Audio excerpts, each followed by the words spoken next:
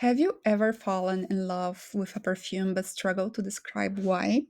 What if I told you there's a secret tool, a universal language of scent that unlocks the entire world of fragrance? Today, we're diving into the history and power of the fragrance wheel, your new best friend in perfumery. So, for centuries, describing perfume was purely subjective. It smells nice, it's a bit floral, but there was a lack of standardized language that made it incredibly difficult for customers to find what they liked and also for perfumers to communicate their creations. The first true attempt to map scent wasn't a wheel, it was a diagram created by Austrian perfumer Paul Jelinek in 1949. He called it the odor effects diagram. His approach was brilliant but focused on psychology. He mapped scents based on their emotional and physical effects on people. Was the scent erogenous or anti erogenous? Was it stimulating or narcotic? While this was highly influential among perfumers, it wasn't a practical tool for the average retailer trying to sell perfume to the um, average consumer. This brings us to the inventor of the wheel that we use today, Michael Edwards. Starting in the 80s, Edwards saw the industry needed a tool that was both comprehensive for experts but also intuitive for consumers. He took the concept of mapping scent relationships and created the definitive fragrance wheel in 1992. His genius was in organizing the complex world of thousands of fragrances into a handful of clear families, finally giving the retail world a standardized visual system. So let's get into the heart of the wheel. There are four main pillars. The first one is fresh. So you see here green, blue.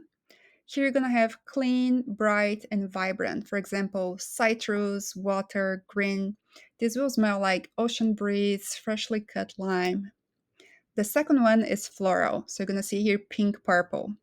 The most popular and broad family is centered around flowers. So this is going to be, for example, fruity or floral. This will smell like, for example, a giant bouquet of roses, fresh jasmine.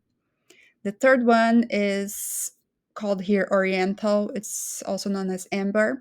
It's going to be like the red and orange quadrant. It's going to be richer, sensual, and warm type of fragrances. This is your heavy hitters like vanilla, incense, spices, resin.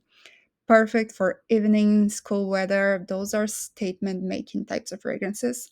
And then the last one is woody in the brown green quadrant, and those are more earthy, sophisticated, and grounding types of fragrances. Uh, these notes are often sandalwood, cedarwood, vetiver, and they are perfect for grounding, strong, elegant, and those tend to be more associated with male fragrances. So now that you understand the family, how do you use the wheel? Um, that's where the design really shines and it makes it really helpful. So, one thing that you can do is use the adjacent families or what they call kindred blends. So, scents that are next to each other on the wheel, they naturally blend really well.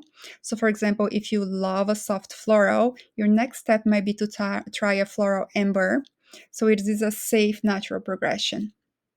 You could also look at into opposite families, so the complementary contrasts. And I think this is how the magic really happens here. You can look at the notes that are directly across the wheel, and they will create exciting tension. So think, for example, of a bright citrus paired with a warm amber. It's a great dynamic contrast that makes a fragrance unique. So that's it. Now you know the history. You know what goes behind it. And what I recommend for you is use the wheel, classify your favorites, and then explore around it. And this way, you are no longer guessing, you are really speaking the secret language of scent. So let me know in the comments which family you belong to. And please give us a like and subscribe for more scent related content.